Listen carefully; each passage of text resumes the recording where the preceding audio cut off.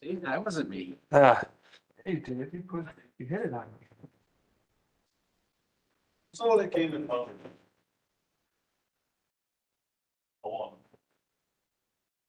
You know.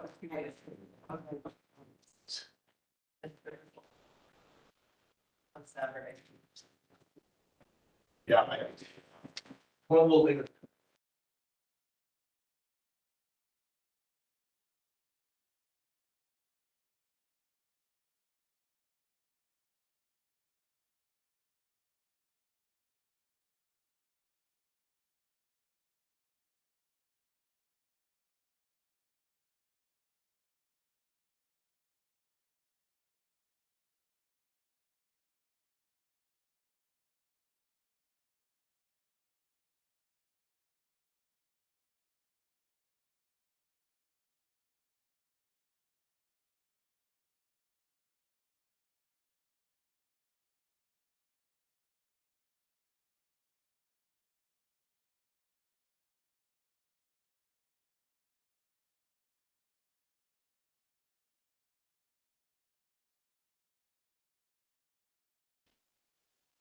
Like, we got killed. Yeah. Somebody got like 20 steps out there. Bob's coming, right? Oh, that's right. He's got that thing. Okay. So we'll be missing You're like- Bob. Jolene. Yeah. No. Oh, yeah. Okay. You ready? I changed the trees because I figured nature kind of figures that out. Did you help? Oh, I was out, we were all So out good. for a day, basically almost. Okay. All right. But I have a generator. I got, damn. I'd like to call this meeting to order. A regular meeting of the Village Board on Monday, January 15th at 7 PM in the Germantown Village Hall Boardroom and also can be accessed via WebEx. This meeting has been given public notice in accordance with sections 19.83 and 19.84 of the Wisconsin statutes in such form that will apprise the general public and news media of subject matter that is intended for consideration and action. Roll call shows all village board members present, except for trustee Warren, who is excused, trustee Hudson, who is excused, and trustee Pieper, who may be joining us via WebEx or a little bit later during the meeting. At this time, I'll ask us all to stand for the Pledge of Allegiance. I pledge allegiance to the flag of the United States of America and to the republic for which it stands, one nation, under God, indivisible, with liberty and justice for all. Thank you. Next item is President's Report. Just a couple things to report tonight. First and foremost, I would like to thank village staff, particularly the snowplow drivers over the last several days, Thursday, Friday, Saturday, Sunday, today, tomorrow, and throughout the week for getting us through this storm, keeping the streets plowed and clean. When I came back home from work on Thursday, they were very good. Stayed home Friday, and the street plow went through my front about twice, and then one time after I was done shoveling, but I felt okay about that since he went through another time. But I think overall they did an excellent job. Of course, there's always issues. There's always some streets that need more removal than others, but they are working on it. And they're working on the sidewalks. They're working on removal of congested areas around important intersections and secondary intersections and then into neighborhoods next. So I believe overall they did an excellent job in what could be considered a very difficult storm. So thank you for all your hard work. Thank you also for our emergency teams on police and fire of being out there in the storm and keeping us safe and reacting to all the different emergencies and or accidents or issues that happened within the village over the last several days. I know you've been working hard and we appreciate your efforts for keeping us safe and helping to keep our streets clear. So I'd like to thank staff for that. The other thing that I'd like to make notice of is the loss that we've had within the village of Germantown. one of what I would consider a matriarch of Germantown, Mrs. Irene Blau, has passed away, and she was in the Express News, not last Saturday, but the Saturday before. And if you had a chance to read it, it was a very good article, kind of listing all the things that she has done and contributed to Germantown over her years of living within this village. I'm not going to even try to list all the contributions she made, all the committees she was on, all the volunteering time, and that doesn't even go for the history that she took time to write. If you ever met her, talked with her, a great woman, a very friendly, very open, very intelligent, and very well knowledgeable within the happenings of Germantown. She created, Rick, correct me if I'm wrong, 3 or 4 volumes of the history of Germantown, taking us from our very beginning roots, I think almost up until the Vietnam War, or just there before. I knew she was working on one that kind Can't of, recall how many, but yeah. but something like very, very good historian and a great village contributor and created a lot of groups in the area. So it'll be a great loss to us.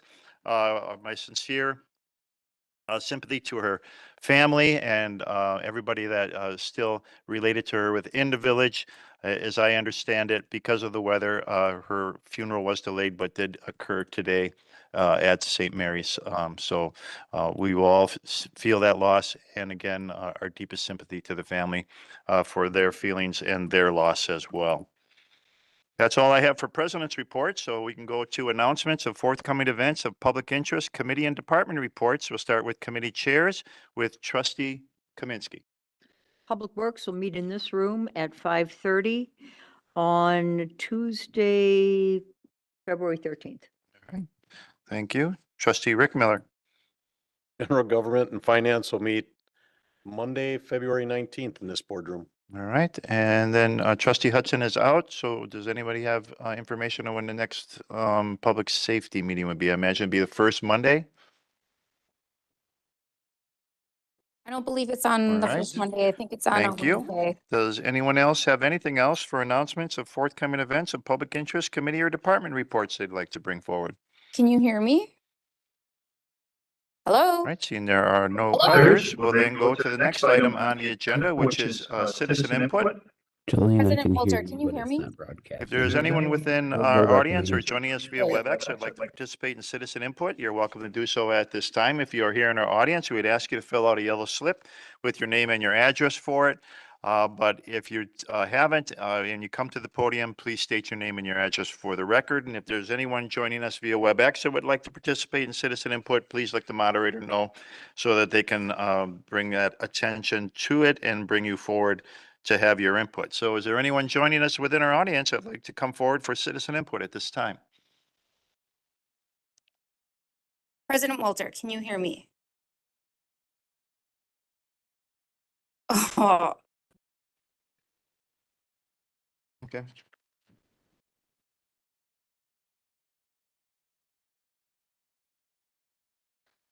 Okay. Melanie Smythe, N140W17938 Cedar Lane. So we heard some good things from the earlier GGF meeting where, bless you, where we're going to have a tighter view of the budget for this year going forward because of the efforts of Matt and his team, which is fantastic. We're going to get an audit for 2023 much earlier, which will really help in going through the budget process next year. And then later this evening, hopefully we'll find out more about why there's $1 million deficit, which will be very interesting. I wanted to, I've been starting to go through more in depth on the annual report from 2022. And there was a couple of things in there that kind of stood out to me. One of which is that from 2021 to 2022, we will more than double our debt per capita. And that's a little difficult to take because We also know we haven't seen the full effects yet of any of the debt that's coming forward because of TID 9 and the bonds associated with the DPW building. By 2029, the taxes just from that per the financing plan will double on a $350,000 house, according to the Ehlers report. I'm concerned about the debt. I'm concerned about the current economy and with the state of bonds falling out of favor these days, which means that potentially it'll be harder to borrow in the future for these projects. And it seems like in the last part, the secret part of the meeting tonight, there are 4 things in here where this board likes to discuss things behind closed doors that usually end up costing the taxpayers more money. One is the Grosnick properties, which is already over. We are apparently paying more than we should because of the timing of the discussions between the land or the owner and our village. And by quite a lot, I think it's $400,000 or something was the price that we should be paying less.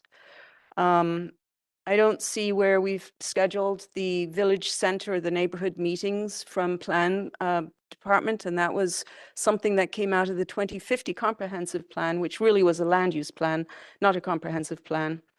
So we need to have those scheduled because the residents in that area of the village do not want a frontage road. They do not want more warehouses. They do not want more commercial, reducing the quality of life in that area. And we don't need to pay for a railroad crossing. So I would really encourage you guys to look at the future debt that's coming and look at what's happening in the economy in general and temper the enthusiasm for development because it should slow down.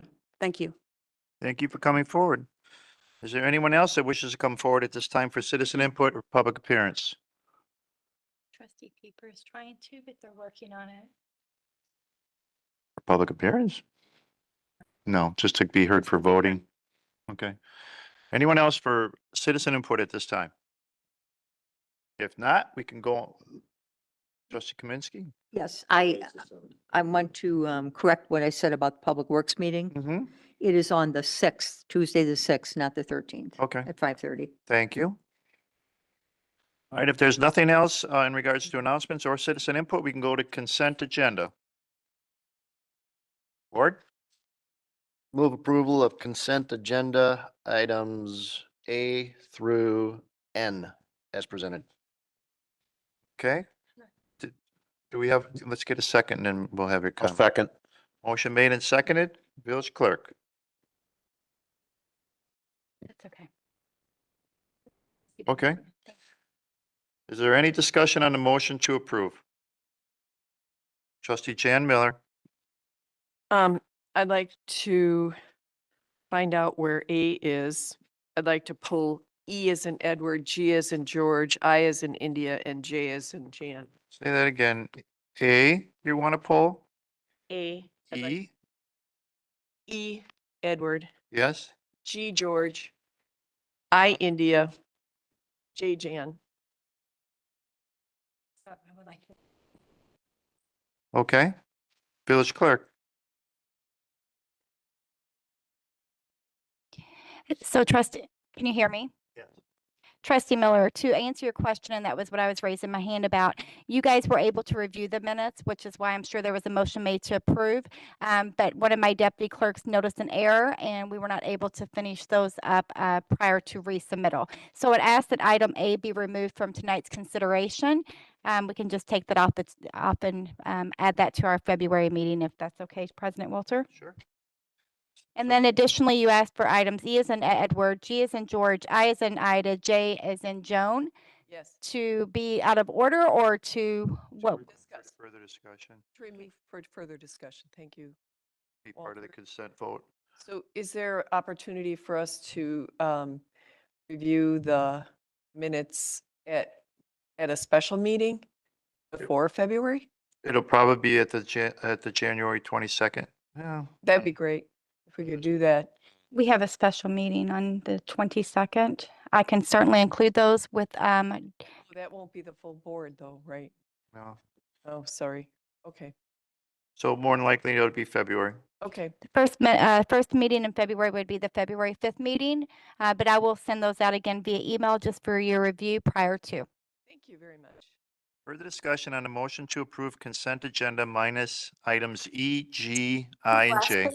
Trustee Baum. I'd like to pull item N for discussion as well. N is Nancy. Yes. Okay. Further discussion? No further discussion? We'll do a roll call vote for consent agenda minus items A, E, G, I, J, and N. Roll call vote, please. Trustee Nyrider. Aye. Trustee Baum. Trustee Jan Miller. Aye. Trustee Rick Miller. Aye. Trustee Kaminsky. Trustee Jolene Pieper. Can you guys hear me? Yes. Now you can. Perfect. Yes. Hi. And I still have other things to say. In regards to consent agenda? No, but I couldn't speak during public announcement. Okay. Is it? All right, we'll go to, turn it down. Item E, trustee Chan Miller. Thank you. I have some questions. On this particular truck,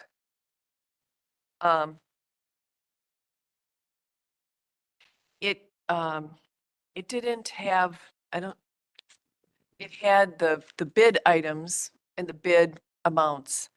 And I'm just wondering what the thought process, other than what was listed for awarding it to a company that had a higher bid. We've been very, very thoughtful about taking the lowest bid. And also I'm just trying to get an idea what is the inventory of our trucks? I know it takes a very long time to get them. And then the ages. I know you said in the memo, you try to replace them every 20 years or something like that. That's their whole life. So I didn't know what the total inventory was and so forth. So if you could expound on that, I'd appreciate it. Yeah, the trucks do have approximately a 20-year life, and the truck that we're replacing is about that age. So it's a planned replacement that was budgeted for. The reason for taking the second lowest bid is really because of the difficulties that we've had over the last couple of years procuring the equipment. Truck Country was a company that we were able to quickly establish a good relationship, and then even in difficult economic and manufacturing times through COVID and even continuing on the last couple of years, they've been able to meet our demands and fulfill our orders. Whereas if you switch vendors, a lot of times you go kind of to the end of the line and you lose your build spot with the current vendor, but then you're also at the end of the line and lower priority for your new vendor. So we felt that just in this case, and things could very well be different next year and the economic conditions improve, where we don't have to take kind of this extra level of caution. But we think in order to secure the truck that we want to order for this year, it's best to stay with Truck Country and maintain that relationship at least for one more year. And how many trucks do we have? What's the fleet? I believe, and I don't have the exact number in front of me, but I believe for single axle, like plow trucks, dump trucks, it's 18 or so. Scott's not here today, but that's an approximate guess. Okay. I wanted to make sure because we've been real sticklers about that. Thank you. Can you speak to Oh, we're still on E. So- Those were the questions I had. Thank you. Okay, then would you entertain a motion to approve it or? I would like to move to approve consent agenda item E for the purchase of the highway department patrol truck for not to exceed $286,000. Okay. Motion made and seconded by trustee Baum. Discussion on the motion to approve. Consent agenda item E. No discussion? Roll call vote, please. Trustee Nyrider, trustee Baum, trustee Jane Miller, Aye. trustee Rick Miller, Aye. trustee Kaminsky, trustee Jolene Pieper, Aye. Aye, she says. and village president Walter. Aye.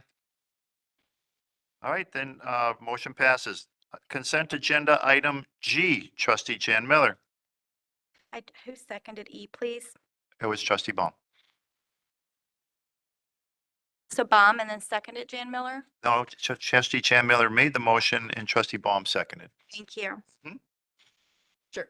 Item G, trustee Jan Miller. Matt, can you speak to this? Yes. Okay, great. Award the contract to Seven Brothers Painting.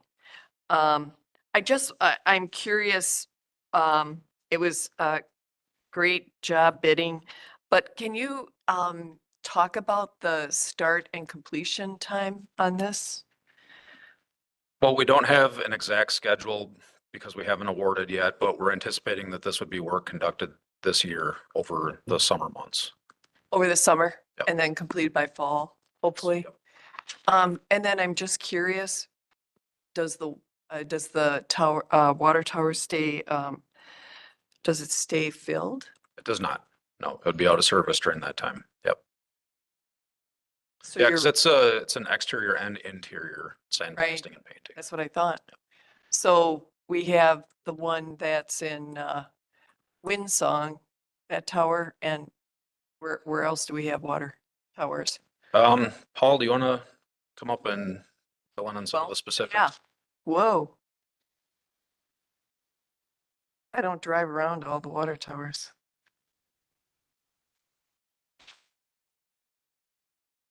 Good Yeah. evening. The question was where the other towers are?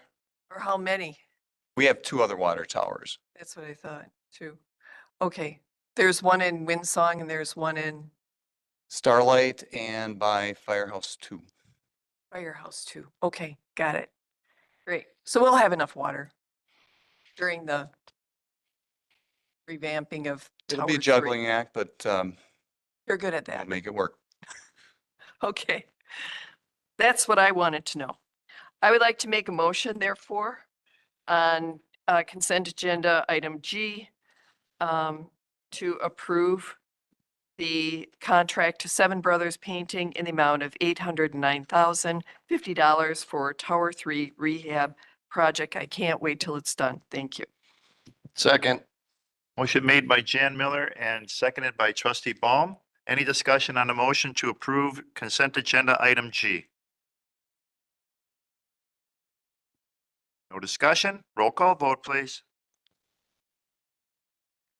Trustee Nyrider, trustee Baum, trustee Jan Miller, Aye. trustee Rick Miller, trustee Kaminsky, trustee Jolene Pieper, Aye. village president Walter. Aye. Motion passes. That then takes us to the next item that was pulled, consent agenda item I. Trustee Jan Miller. Thank you. Is this Matt? Okay, thanks. You're awarding the contract to Jay Hassinger for 2.5 million for well number 12. If I'm correct, and I've been wrong, well 12 is the new well up on north of Holy Hill. Is that correct? Yeah, Gateway Crossing. Gateway and- Crossing, near the proposed or partial Water Tower 4. Same site.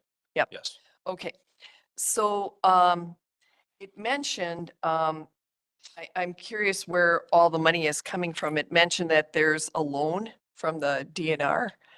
Yeah, so the well 12 is planned to be financed with a DNR loan. It's called the DNR Safe Drinking Water Loan. Oh. And it's a subsidized loan, so we get a reduced rate, 20-year term loan. There are some administrative costs that we'd have to bear through additional consulting in order to submit the proper paperwork and do all the steps that are required in the loan. But even if you factor in some of those additional costs that we would incur, the savings are still there on the end because of the reduced rate. Do we have a ballpark on the rate? The rate as of right now is 55% of the market rate, and it's at 2.145%. Good. And so will the water utility have to afford the rest? Where it would it be for the full amount? The Be for the 2.5? full- Yes. Okay. So the well number 12, is that primarily for the IGA? No, it would serve, sort of the broader area there, but backfeed the system as well. But Paul can provide more details on how it would get distributed. Yeah. Go right ahead. So where well 12 services is, we consider a high pressure zone, Okay, and it can't be backfed when needed. okay. Will any of that water go over to Richfield then? Yes. Okay. And are we getting any money from Richfield or Washington County? For the building of well 12, Yes. I don't believe so. I'm not If I sure. can just clarify this a little bit, the well 12, the design Yeah. did not change based on, at all on Richfield. This well was planned and designed before the Richfield IGA was put in place. Okay, And there have been no changes to that plan and design based on the Richfield IGA. So yes, some of the water from this well will go to Richfield, and they will pay for it. But the costs for the well, the design of the well, nothing related to the well changed as a result of the Richfield IGA. and did the tower come after the well? The tower was also planned and was approved by the village board before the IGA was put in place. So if there was no agreement with Richfield, if Richfield called up tomorrow and said, we changed our mind, we don't Right. need your water, we would still be building the same well and the same tower that we are right now. And the reason for my questions are because we did get money from Richfield and Washington County for the tower, correct? Some, For the base, yeah. Yeah, there were okay, some contributions from Washington County and Richfield for the base. okay. All right. Well, thank you for clarifying that. Appreciate it. I'd like to make a motion on consent agenda number, letter I, award of the contract staff to J.H. Hassinger in the amount of $2,557,000 for well 12 construction project. Second. I made, Motion made by trustee Jan Miller, seconded by trustee Rick Miller. Any discussion on the motion to approve? No discussion? Roll call vote, please.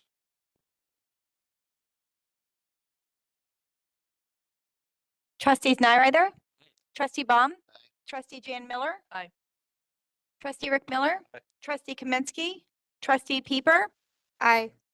Village President Walter. Aye. Motion passes. Next item on consent agenda that was pulled would be consent agenda item J, resolution petitioning the Office of the Commissioner of Railroads for the alteration and improvement of a railroad crossing. Trustee Jan Miller. yes, I have some questions, please. On the railroad crossing, I'm just concerned about why we need the railroad crossing expanded. It looks like there's an actual road that comes down there, but it actually looks like it's coming off of Holy Hill Road. And it looks like it was an extension of B Street, and it goes all the way down to Freistadt. Yeah, the reason that we're doing this is that B Street is in the 2050 plan, shows it continuing down from Holy Hill to Freistadt and crossing that railroad. And the timing would work out well because we're planning to install the utilities that go out to Richfield along much of the same path as the road. So while we're there, doing work for the utilities, there's probably some economies of scale that we could realize by doing the road at that time. But that's not really what's before you today in the item. The item is really just to get your permission to go and ask the Railroad Commission for their opinion on, or their approval for the eventual at-grade crossing there. And so there would be a future contract or another item that would come toward, before you for construction of the road, design and then construction. Okay, so the railroad crossing, let's say we ask for the permission to get the railroad crossing completed, and that looks like a major expansion, and you want to do some other type of work, water sewer, I imagine. So what is the estimated cost of a railroad crossing? It's got to be pretty expensive. It's got to be like that 2.5 million. Yeah, I don't even know if we're that far along yet, really. Oh. And what we want to do is identify the potential path of B Street, the extension of that service drive or frontage road, and just getting the railroad's decision on whether or not we're able to use this route, kind of the proposed route, is an important step. From there, we would have to do more analysis on the cost of the project and what that means for the length of road between Freistadt and Holy Hill. Have we acquired all the right-of-way along this path? No. Oh. No, there's So a you number of can't- steps that will have to take place for the road to actually be built. This is just getting the permission from the Railroad Commission to eventually make that crossing if we choose to do so. Okay, so it's up to the railroad. It is. So if we pass the resolution today, we'll submit the application, and then we can expect that there will be a hearing on it as well, where we'll present our case. It'll be heard by the commission and they'll make a decision. Mm-hmm. So the end game, though, is to do this frontage road. Do the extension of B Street down there, yes. Okay. Those are all my questions.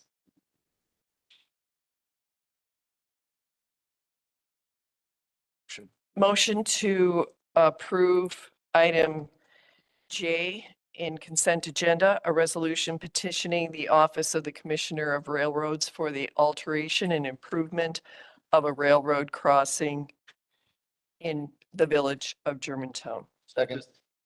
I'll just note that I handed out before the meeting a slightly revised copy. There were a couple corrections that I made just to clarify it a little bit.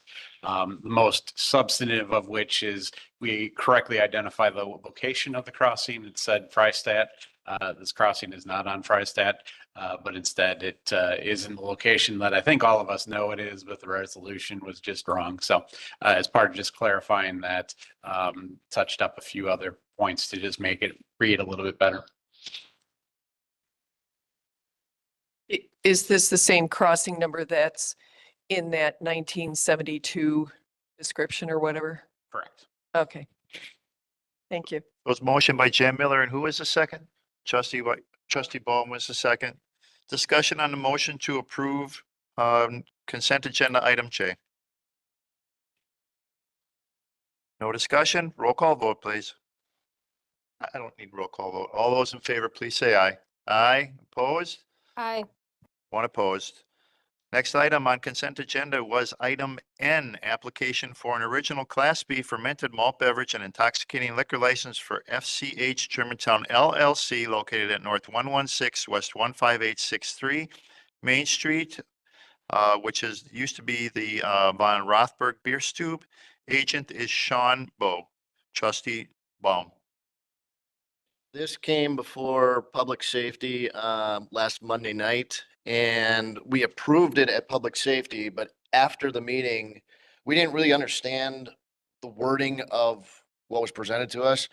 After the meeting, we found out that there are some anomalies with the building that needed to be addressed before we should approve it. So I wanted to make sure that everybody understood what these anomalies are. And I think Who is we? Director Retzloff is here to talk about that. So that we can get all those things corrected before we do make final approval of this and everybody understands what is happening with it.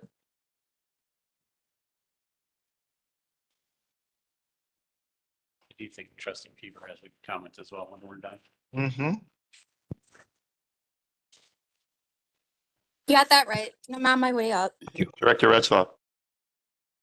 So Friday before the Public Safety Committee meeting last week, the clerk asked me for an opinion with regard to the premise extension for the beer stube.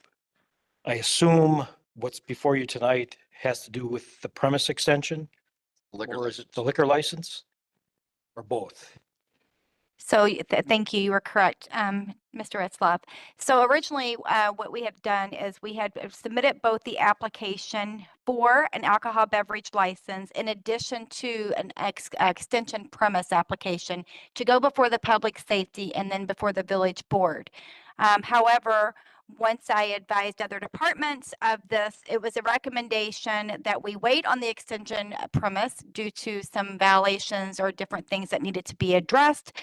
So my verbiage that my deputy clerks and I presented was to just act on the alcohol beverage Class B application.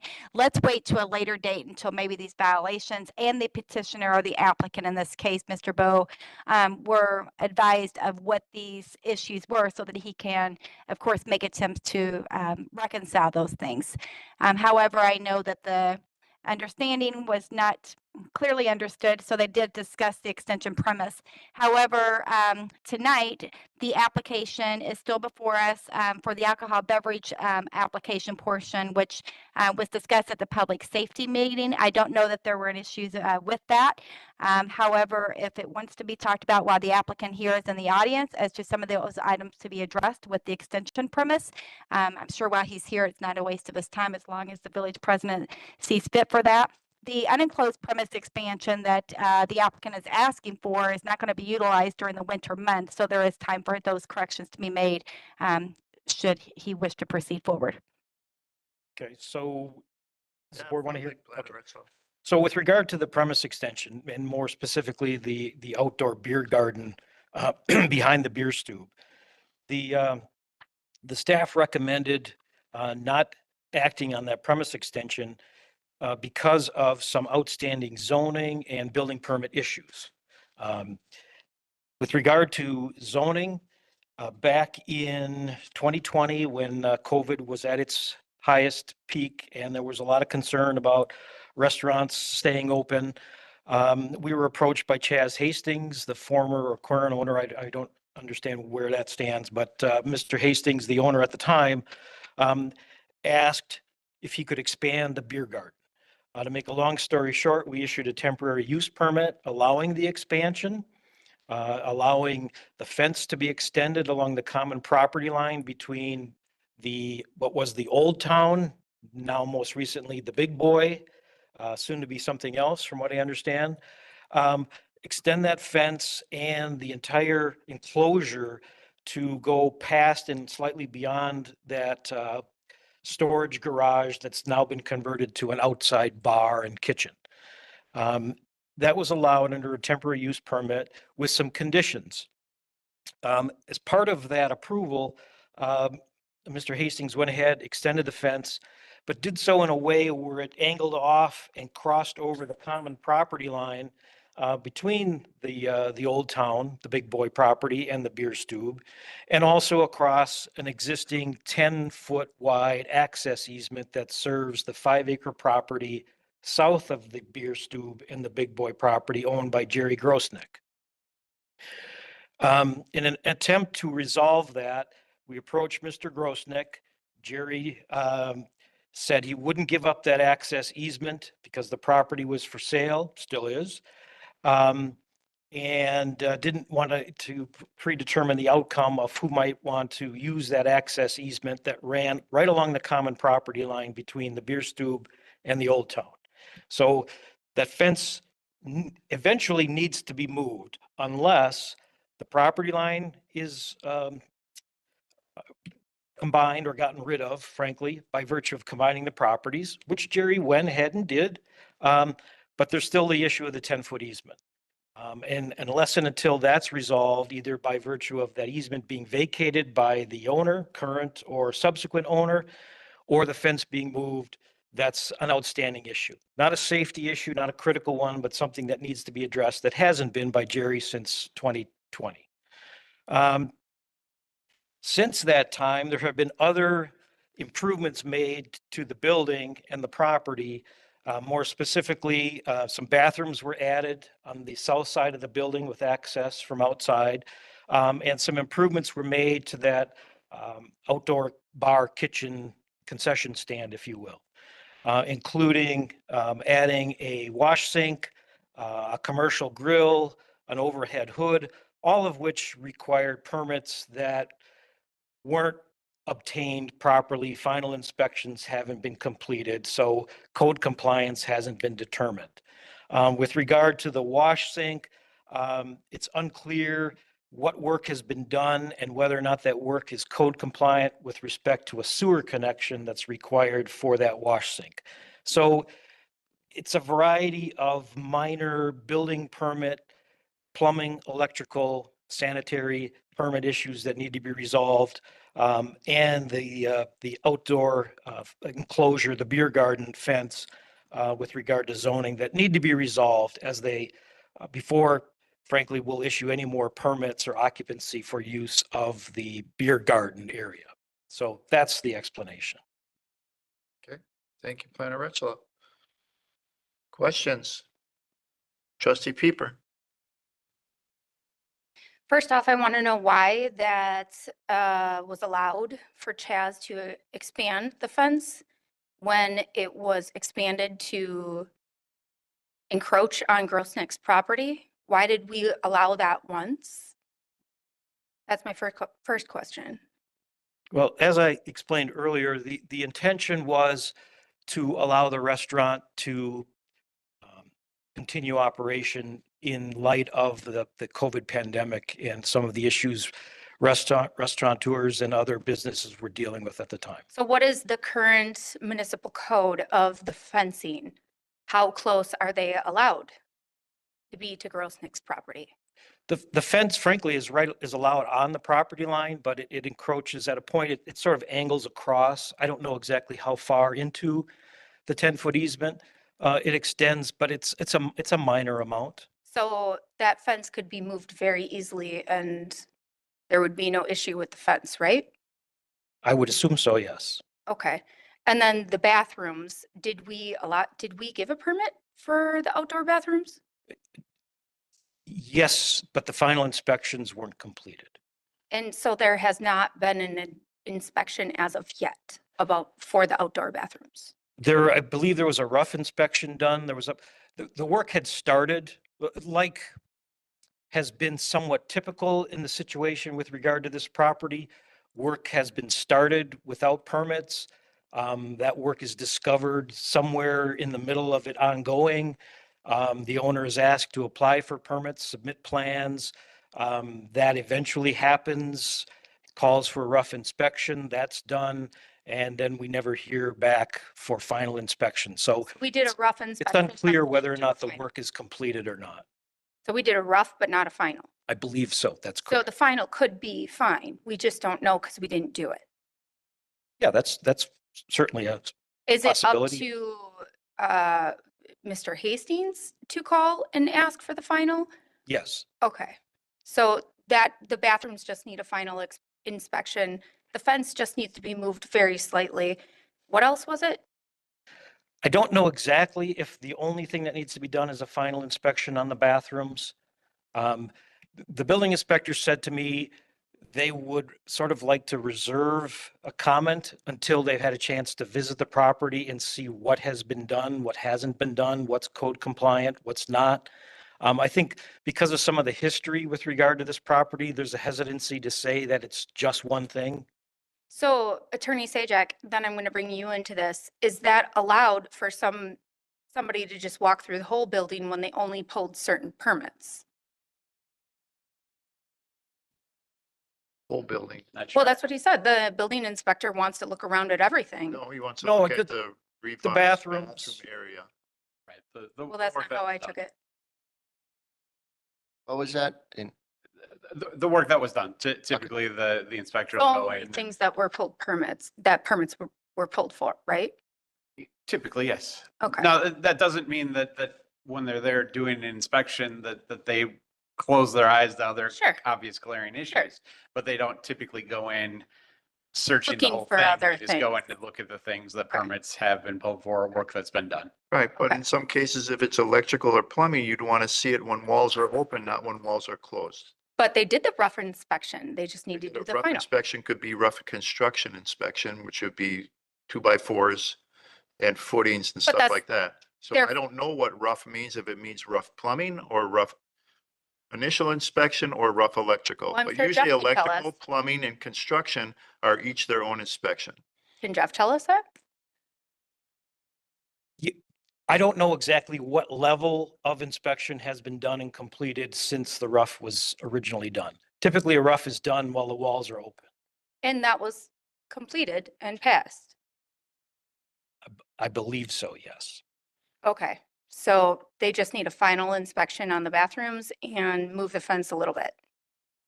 I'm Potentially. going to go back and say what I said before. I'm not exactly sure that it's just a final inspection, but I'm pretty confident that's all that's needed in the bathrooms.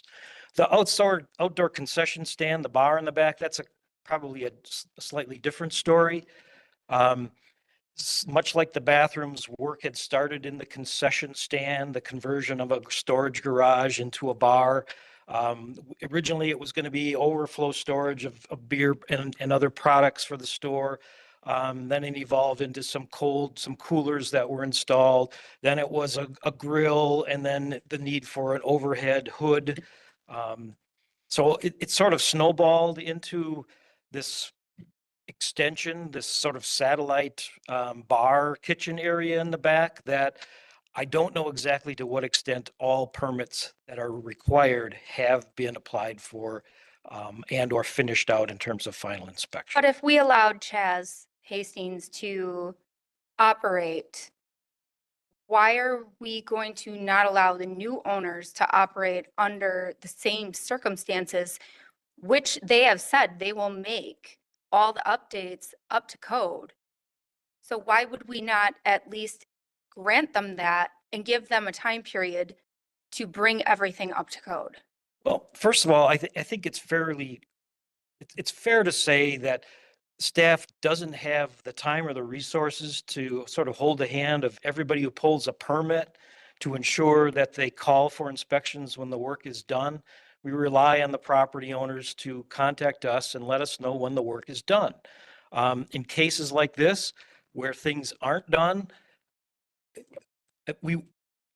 events like this, transfer of ownership, renewal of liquor license, renewal of a temporary use permit, is sort of a trigger point where we get to step in and say, okay, we're not going to issue this until you let us know that you've completed everything that you promised to do by way of applying for these permits.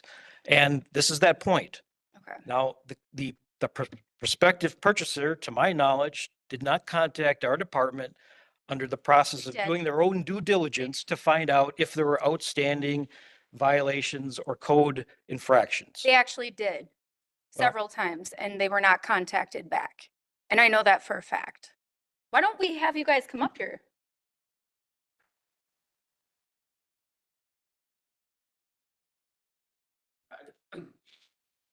I'm Sean Bowe. The main concern I have is just that the beer garden is most of the revenue for that property. So if it's, I want to make sure we can actually use that for business. Otherwise, I'm not gonna, we won't buy the property. It's a different business then. As far as the kitchen goes out there, I saw the hood that was partially completed. We have no interest in using that kitchen out there. It's just the existing part that was there. There's a coolers, there's beer tappers. Those were there for the last 10 years or more, as far as I know. The new stuff we have no use for. At the moment. I think if we will eventually, but that'll be a separate inspection when we actually make food out there. It's just going to be serving up beer and liquor at the moment. Does that include the sink? I don't know what the sink is, but they probably need a hand wash sink, I'm guessing, for serving out there. Maybe is that what it's for? Yeah. I'm not sure what the plumbing looks like out there. Honestly, it's always been too cold to really run anything. We've been out there. We haven't closed on it yet. We just want to make sure if we do close the building, we can actually use it as it's being used currently. I don't or if think the property anybody's saying no, but I think that they're saying in order to go forward, we're just asking for the same practice that we would for anybody that would want to finish what's been permitted so far. And there's nobody said that it can exist as it is without some minor changes, but at this time, we would like to make sure that they are completed to what's been permitted so that we know that it is correct and then business goes on as usual. And I don't think there'd be a problem with Plan Commission, Public Safety, or this village board in allowing that to occur. We just want to make sure it's right.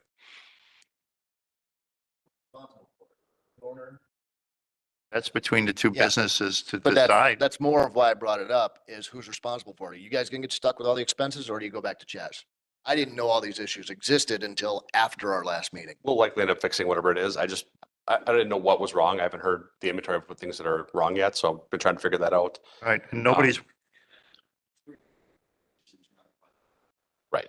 That's, nobody is looking to withhold a liquor license in the balance of it. So the permit is out for the liquor license to approve. And we're just looking for some of those items to be checked and monitored for the outside premise that you probably won't be able to be used until, well, looking at the snow outside, who knows, June.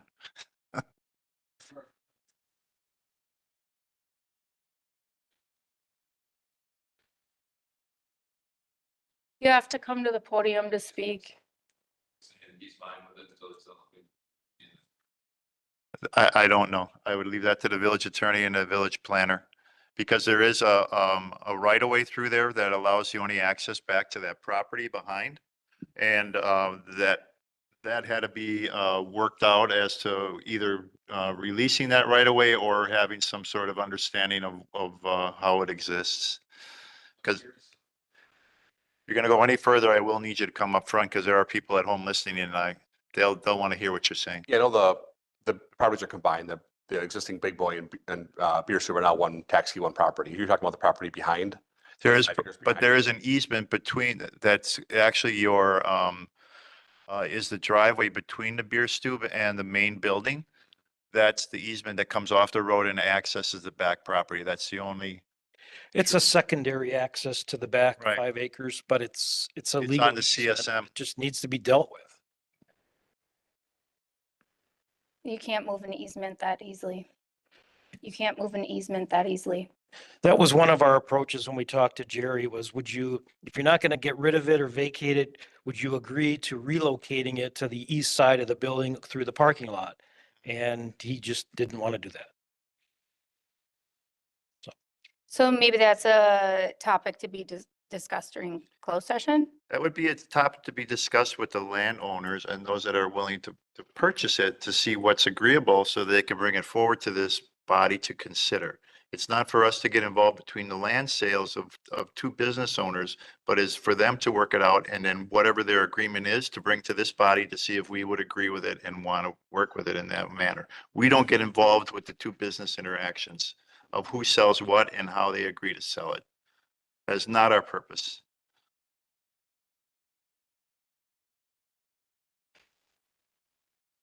I will go ahead and make a motion to approve the application for the Class B fermented beverage license for Germantown LLC as presented. I'll second. Motion made by trustee Baum, seconded by trustee Jan Miller. Further discussion on the motion to approve the liquor license as as shown on consent agenda. Has to come, something has to come back for all these other issues. So you've got the Mostly inspection from what it sounds like, and then an agreement for that easement. I'd like to get documented what they are so I can bring it back to the existing owner.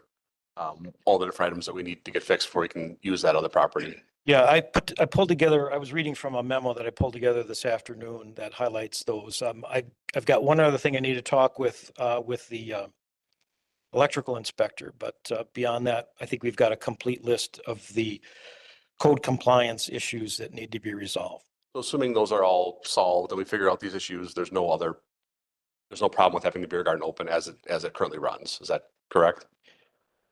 If all those issues are resolved, we'll issue the zoning permit that you've applied for the property. Yes. Would you allow them to have an extension since we allow Jazz to operate for almost 3.5 years? So Well, would that we would be allow up to them the, time to complete that? that would be up to the village board and the Public Safety Commission. Would I recommend that they issue the premise extension without those issues being resolved? I would say no. I mean, it's time to resolve them, frankly. And so if the prospective purchaser can force the hand of the current owner to fix them, that'd be great. Then maybe Because we should have haven't been had any addressed success while doing it. Chaz Hastings was the owner, instead of going after people who want to better the property. But no, we're going to ignore the issues while Chaz Hastings owns it, but now we're going to go after them. Solid business owners who But we're want not to better going it. after anybody. We're trying to Sure, of leverage the the issue that situation to get it was resolved. asked to get it resolved on many occasions, and it was not ignored. And we're not holding the hostage of the never new seen it. business owner in any manner. First of all, we've granted the liquor license without anything. And if you wanted to hold something over anybody's head, I would imagine it would be the liquor license that would be the main state of their business. And we are not doing that. What we're asking is for a couple corrections and inspections to be made so that we know what's been fixed is correct. And then the outside extension can then be granted. No one is saying no. All we're saying is please look at these areas and do what you can to repair them. However, you need to work that out, whether it's with the previous business owner or if you agree to take it on yourself. But the village will not be involved in those discussions because I really don't think you want government involved in transfer of one property to the next. Can I speak now? Yes. The main point of them buying that is the beer garden. So you say it's the liquor license, but no, it's actually the beer garden. And they're not going to, Without the beer garden, then it would be hardly anything. So yes, they don't want to buy it unless they have the beer garden. And we can't give them a guarantee. And we can't even tell them what's wrong with it. It's wrong. we have a list compiled that would be shared with them as they've requested and as Jeff has created. From that, they can decide how they want to correct it, whether using the previous business owner to do so or themselves based on cost. Nobody is saying to them that you cannot have this outside extension, and they will not open it tomorrow. They have some time to deal with this in whatever way works best for them. So with that, they will work it out between their previous owner and themselves, or make a business decision of how they want to fix it. And then they can have their extension after that. Nobody here is saying no extension. All we're asking for is some things to be corrected that should have been corrected earlier. And at the transfer of property, that allows us to ask it from the new owners of how they would like to handle it. That is our opportunity to correct it as well. Village Clerk. Trustee Bump, I would just like to clarify your motion that you made to approve the original alcohol beverage Class B license. My staff recommendation was contingent upon, so I would like to make sure that we're using those words in our motion, that it's contingent upon the surrendering of the current license and contingent upon the closing. If we can just make sure that we include that. That is in my motion. That is also approved of the second. Yes. Thank you. Thank you. Further discussion? Trustee Nyrider. Not that I want to throw any fuel on the fire here, but so what we're saying is you have not closed on the property yet. Okay, because my concern is that this gets done, and what teeth do we have to get this done? And I know you're trying to get in there and it's not your fault. I'm not even going to get into that. But one of the holds we would have, which I gather we don't want to do, is the hold of the liquor license. Or then what we're saying is you need proof of closing before you could issue the liquor license. Am I right? Mm-hmm. All right, that's good enough then. And they had, the current owner, Mr. Hastings, would have to come in, show me his ID, sign up a form that says basically, I hereby surrender the license. I confirm that the license that is being surrendered is in fact the one that is, that was issued, prior to. And then at that point, we see the closing documents. And then once those two items have been addressed, then we can proceed with the issuance thereof. We were all way out at public safety last week. We had no idea, what was going on. We could see somewhat of your notes that there was something holding this, but we had no idea. That was on the summary explanation. The same verbiage that I've articulated here tonight was included with that as to what my staff recommendation was and the contingencies thereof. In addition to, I had asked that the action not be taken or discussion on the enclosed premise based on those zoning code violations and findings that we had from our other two departments. So I don't know where the miscommunication was, but I do apologize. At least we have understanding of what it is. Thank you. Further discussion?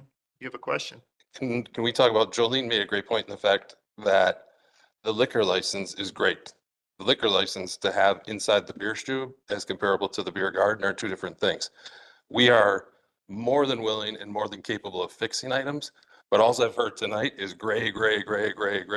Like, this may be possible. You say you have a list, but you maybe need to talk to somebody else. If we're presented with a detailed list, how soon can we have that of things we need to fix?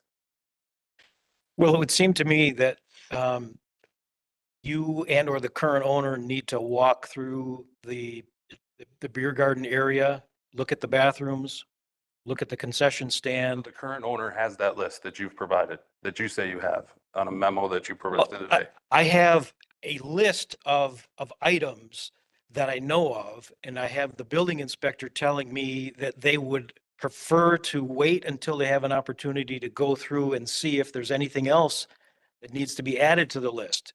In light of the history of this property and how the former owner operated. We get it. We are very clear in understanding there was probably a lot of promises made that weren't fulfilled. Okay, that's not us. What you're saying is, though, you have a list. We're expected to know we have to fix those things. Then when we do take ownership of the building, you're going to come through when you just stated a couple minutes ago, this is our one opportunity to really clean things up. Or do you want that to happen before we purchase it? Is the building inspector willing to go in there previous to us closing on the building? Absolutely. And get access to the building anytime, so we can go up there tomorrow. Would the request come from Chaz? Or you would just schedule somebody to Well, be out there to look at it? Our inspectors would need the owner's permission to walk through the property. So yes, Chaz Hastings as the current owner. I think Chaz is listed as the owner. He's not the owner of the property. He may be the holder of the liquor license. He's not the owner of the Well, property. then whoever that is would have to grant the access. Do you need an email from them or a phone call, or what's the best way to get? They'd have to contact the building inspector and set something up. I don't know what the schedule is. I don't know if the inspectors can be out there tomorrow morning. But I'm sure they would try if they could. I mean, you get where we're coming from. We're good with black and white things. Like, let's see that this needs to be fixed. There needs to be a faucet there, this or that. Everything that's happened for the last 30 minutes has been, well, if, maybe, potentially, possibly. In the true purchase of this entire property, whether it be the Big Boy and the beer garden, it generates 75%. It generates 100% of the revenue for the place that's profitable.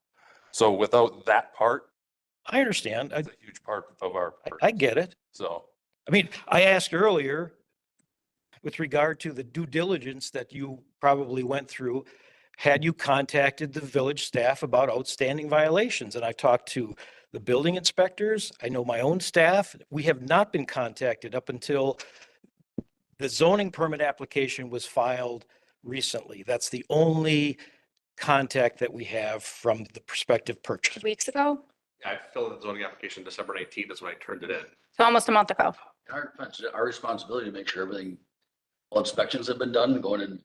I'm not trying to sound rude here, but I didn't know we're supposed to go into a village and say, hey, are there any violations in this thing that the previous owner did something? I mean, Has anyone ever done that or heard about someone? Oh, absolutely. We get that all the time. We have it's almost the standard process where people request a zoning letter for us to do, they ask specifically for any list of violations of code compliance issues or anything like that. It's a typical process as part of due diligence for acquisition of properties. I guess that we're asking for the list. I mean, we just want to know what to do to get it up to code so we can buy it, get the license and move. The first step would be to get whoever the owner is, allow our inspector to get on the premise. But we need it from whoever the current owner is. Yeah, I mean, I'll be glad to give you this. You can have this. It's an outline of what I believe to be the outstanding issues, short of what the inspector might find when he walks through and looks at the hood, the sink, the connections, the Going bathrooms. there to walk through the whole property to look for other violations. We're only there to look No. at what's been permitted. Right. Okay, so nothing was permanent. Well, then why does he say it? And we'll see what else is there. Because we don't know what else has been done within those areas. That outdoor building? I'm right here. I meant to say, if I misstated, it wasn't my intention to imply that we would walk through the entire property looking for problems. We don't do that. But you said it twice and we'll see what else comes up. We'll With see what other regard violations to there the permits and the work that had been requested to be done. Correct. That's the extent of what they'll be looking at. If I'm looking at the hood and the electrical is not done, then they're gonna tag the electrical and the hood. I get it. Yeah, we have no problem bringing it up to code. So once we get this memo, if we can get it tomorrow or whatever it is, I'll get Scott to contact the building inspector. We can get out there and get a list, but I want to get, it has to happen quickly. Okay. Everybody here on the board understands that business. We understand what it brings to Main Street and we'd like to keep it in the way that it's been running before. Believe me, I'm more in favor of keeping that operation open, looking at who comes there during the summer and how much families enjoy it. So all we're asking is that because of the permitting process from the previous owner and some of the things that we have noticed before, we're just asking to go in there and make sure that it's correct. And if it's correct, then the permit is issued as correct and the inspection is done and life goes on. If there are some To make things it that, difficult, we're just looking to make it right. right, and we're all Germantown High School, we're purchasing this property to make it a place great, a destination place, and really, if there is a timeline that takes a little bit longer on some of those particular projects, would there be a possibility to continue with the temporary? Like, it's also 0 degrees outside, so we don't think anything of outside. All of a sudden, we end up into March and it's 70 degrees outside. Would there be a possibility of, a temporary extension, knowing that we're working towards if some of these things are, a part or a piece that takes a month and a half to get, or to do this, or to get somebody to fix the fence is not just gonna go out there tomorrow and fix it. Right. Would that be a Yeah, to answer your possibility? question, certainly, there's always a possibility. I mean, That's all what's we're proven looking, as it is currently.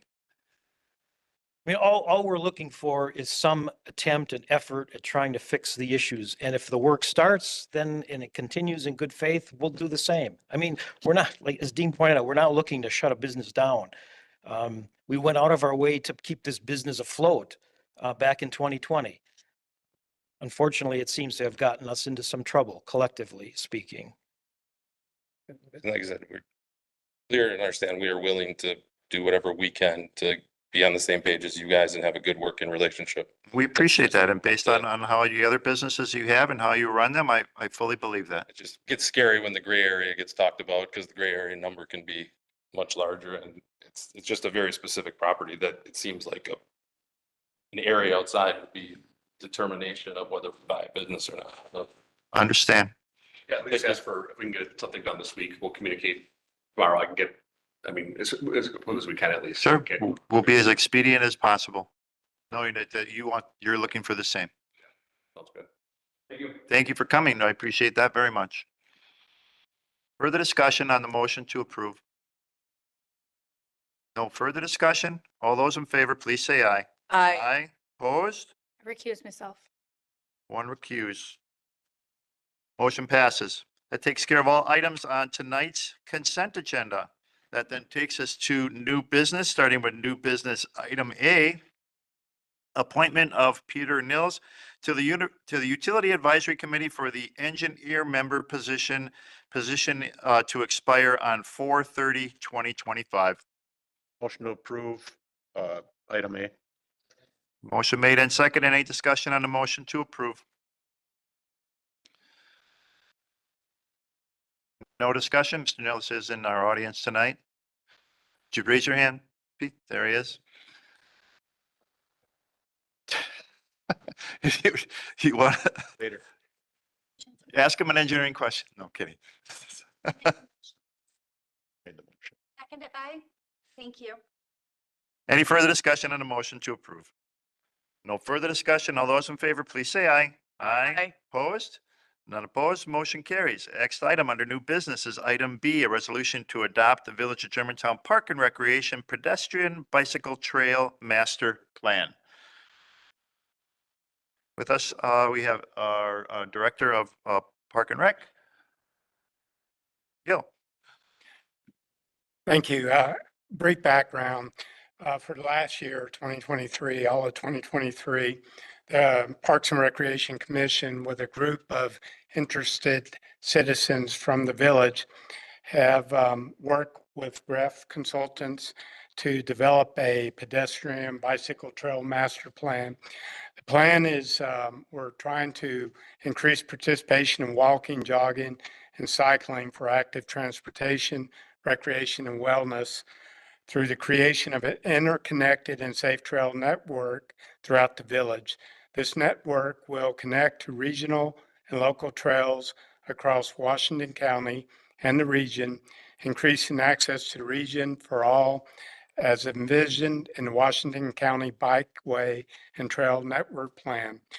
And in December 6th, we had a Park Commission meeting in which we voted on the pedestrian bicycle trail master plan, and the commission voted to adopt this plan unanimously. Excuse me. I'm coming to you tonight to ask for this board to adopt a resolution to accept this plan as a master plan for Germantown pedestrian bicycle trail system. This resolution being passed by the board hopefully will open some doors for us to receive grants through state and federal in the near future. So with that being said, I'd like to turn it over to Craig with Greff to give a brief presentation on the plan. Thanks, Gil. Craig Huebner again with Greff. I can keep it brief, but in your agenda packets was an overview summary of the overall trail master plan. Really, the timing is now and the excitement is now. So in 2019, Washington County did a county-wide bike and pedestrian plan, which outlined priority projects. Many of those, 3 of those were actually running through village limits. Additionally, the village, you as a village board adopted a comprehensive outdoor recreation plan in 2021. A big focus of that community outreach was your community identifying the desire and demand for additional trails. So Germantown has great trails within your parks, but also some of the additional roadways have side paths.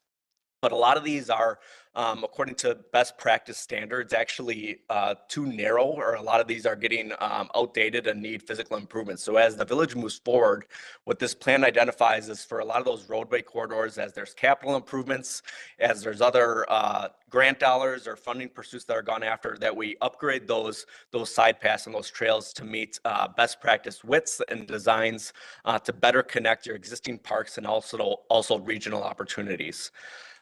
Another recent plan was your village comprehensive plan. Again, a major community input from that perspective was the desire again for trails. So with that, within the plan, what you'll see is a combination of, as I mentioned, both park proper trail improvements, roadway trail improvements, also known as side paths, and then also off-road shared use paths. 2 main corridors that I just want to highlight from the trail standpoint is the Menominee River Trail that's identified as, and also the Goldendale Creek Trail.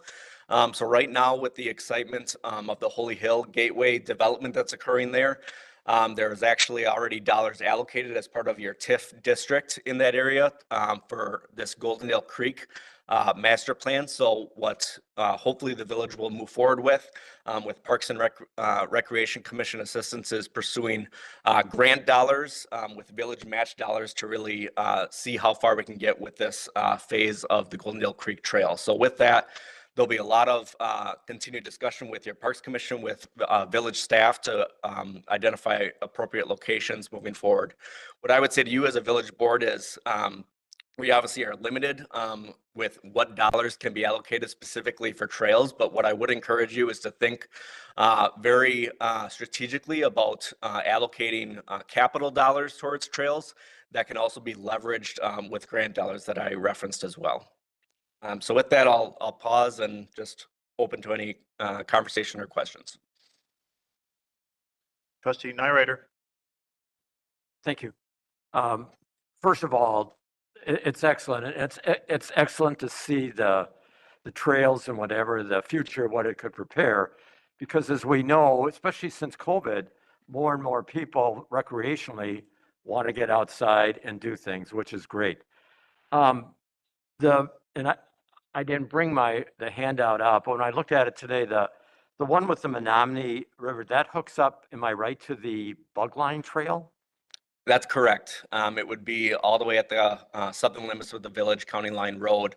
And the village of Menominee Falls recently received grant dollars to create some beautiful boardwalk trails that go right up to River Lane, right near that County Line Road. So that would be the desired intent, to link up with that and move north into the village limits there. So from a, just an estimate, and I know it's, again, it's going to depend how fast Menominee Falls can move on it as well, but when would we look to that type of a connection? How many years down the road maybe could that be? So with that specific area, I would say the more likely and approachable solution would actually be your Division Road corridor. So Division Road, as it hits Menominee Falls to the south, there's the existing pedestrian bicycle bridge that goes over the freeway. And that actually is a physical link up to the Bugline Trail as well. So as we move north into the village limits, how do we get crossing enhancements on County Line Road, going into potentially Colonial Drive, and then running north to Spassland would be one way to do that, or connecting straight up to Division Road, which already has some existing side paths there. So that would likely be from a regional, also grant pursuit, a joint effort between Menominee Falls, Village of Germantown, Washington County, I'm sure would be supportive of that, as it's identified in their county plan as well. Okay, and there's another trail, was that the Goldendale one that would hook up eventually through Jackson to the Eisenbaum Trail, is it? Yeah, so the Eisenbaum Trail is a difficult trail to get connected to. From point A to B, it really is the railroad corridor, the Canadian rail line, which, to be transparent, is going to be very difficult. It would be a rails with trails, it's called, because that rail is not going away. So I think the more desirable from a regional standpoint is the east-west corridor connecting to the interurban trail into Mequon. So as part of that, Washington County and this plan identifies Holy Hill Road, running then diagonal on Fond du Lac Avenue, or somehow connecting to Freistadt, and connecting that east and west as well. So Holy Hill, obviously the village has already started to implement some trail along there, so that would be a potential connecting point as well. Thank you. Other questions? I think it's positive to see this plan. We always talk about the requirement of trails, wanting to see more trails, plan for trails, but if there's no plan in front of us to work from, to look at, and to propose to as we go forward with budgets and or park and recreational planning, it's not going to go anywhere. So it always starts with a plan, and from that, as long as we hold to this plan and use it for anything going forward, I think it'll work out to the benefit of all residents. So I appreciate the hard work that's gone into it, and also appreciate that it's there in front of us so that we can use it for all future planning as well. So thank you for your hard work. Thank you. We have a motion? We need a motion. Make a motion to adopt the resolution for the Village of Germantown Park and Recreation Pedestrian and Bicycle Trail Master Plan as presented. I'll second. Motion made by trustee Baum, seconded by trustee Jan Miller. Is there any further discussion on a motion to approve that resolution? If there is no discussion, all those in favor, please say aye. Aye. Opposed? None opposed? Motion carries. Thank you, gentlemen. Next item under new business is item C, 2022 Annual Comprehensive Financial Report, Public Safety Budget Expenditures Review. Give us more background information on this new business item. We have our Budget Director, Matthew Uselli. Matthew. Good evening. In your packet is a breakdown of the budget to actuals in the police and fire department. What I did was I looked at each class for police and fire, the class being salaries, benefits, and then operating supplies and expenses. Kind of looked at the difference between the budget and actual within those classes, and then broke it down below that, looking at overtime, comp time payout, and then different GL allocations. So in there, you'll see the breakdown of where the difference between budget to actuals were for the 2022 budget within the public safety departments.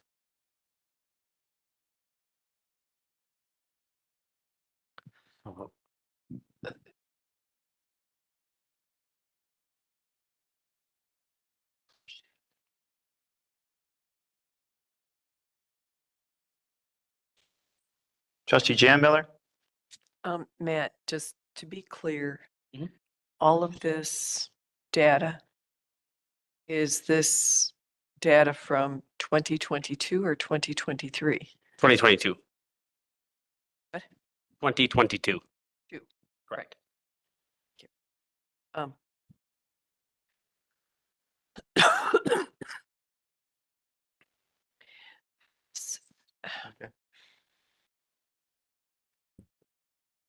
Further discussion?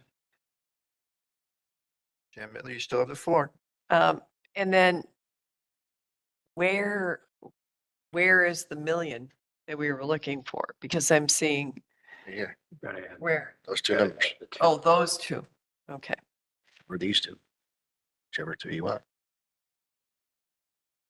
Yeah, if you add up the total, it says benefits, it's supposed to say total as an error on my part. If you add up the total for police at the top and then the total for fire, it's roughly 1.1 million.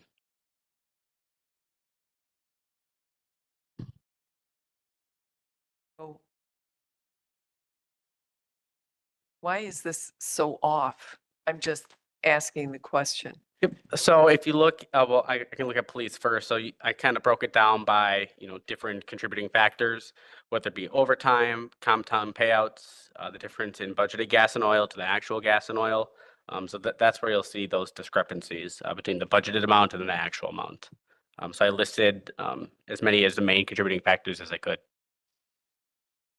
For police specifically, a large chunk was overtime, and in conjunction with overtime was the comp time payouts.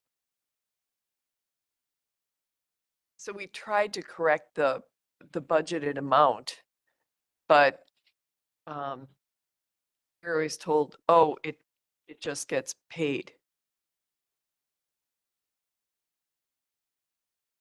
I asked one time, why don't we have the budget closer to the actual? Because the overtime has been outrageous for years.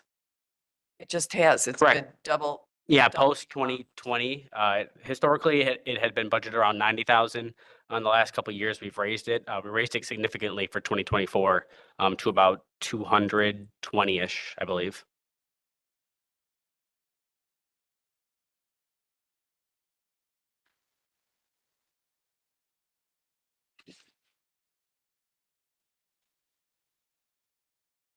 So this isn't compared to anything.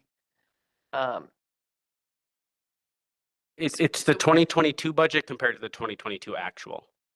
Right. Right. Correct. But then we're not looking at 2023 or 2024. Well, this is in direct relation to the 2022 ACFR. That's the analysis that was done.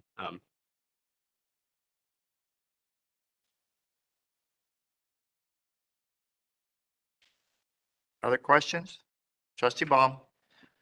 Okay, so on the police department, under the, what I believe is the operating budget, General supplies, we budgeted $7,500 and we came in with $61,000.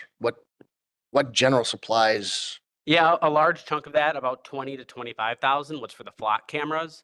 And most of those were offset by donations.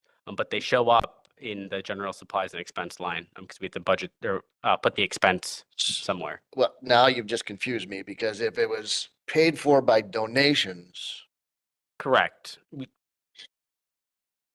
They were, so if you looked at revenue lines, you'll see, I believe it's police donations, but there's several donation lines. Those lines are above, the budgeted amount.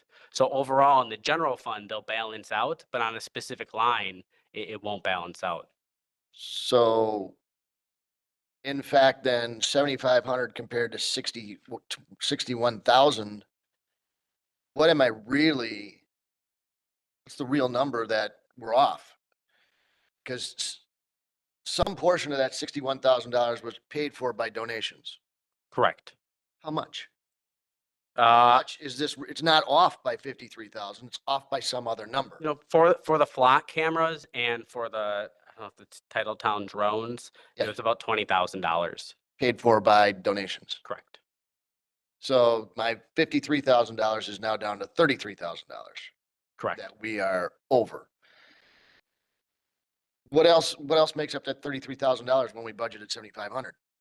That's what I'm not getting an understanding of where did we go so wrong with these numbers? That's what I'm trying to understand.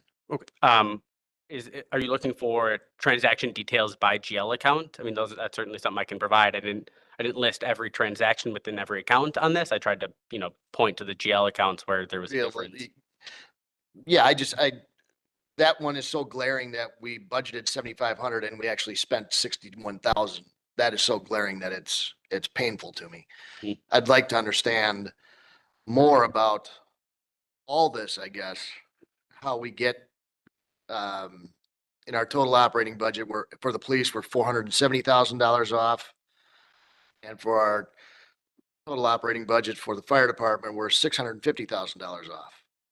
And we have talked about at public safety, we've talked about the overtime. I'm coming to terms with the overtime. Those are the biggest numbers, but there's other, your operating budget is off by $170,000 for the police department, and your operating budget is off by $110,000 for the fire department. I'd like to understand where more of that. Correct. For the operating budget for the fire department, a good chunk of that was, and I forgot to include this in my notes sections, but for the equipment repair and maintenance and the vehicle repair and maintenance, engine 1771 had to have a complete engine rehaul due to a flood, and that costed about $40,000 just for that specific engine. Is that the one where we drove the fire truck through a deep puddle and flooded out the engine?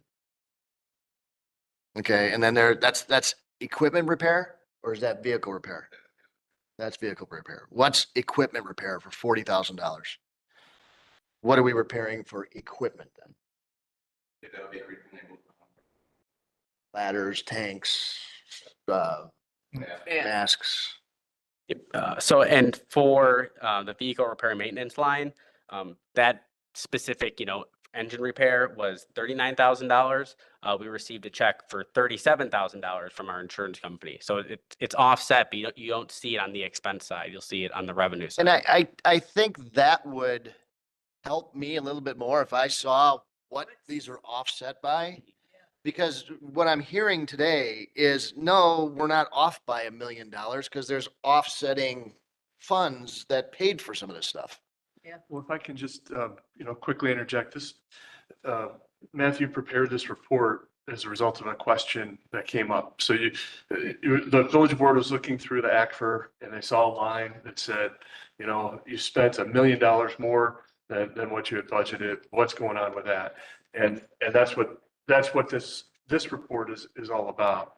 I mean, there's a lot of lines in the budget. Yeah. There's a lot of things that we could dive into in a lot of detail, going back to 2022 or other years. And that's kind of I think this is helpful. And as I look at this, what I take away from it is that In 2022, you know, like we've all talked about, there were a lot of overtime expenses. There were some in both police and fire.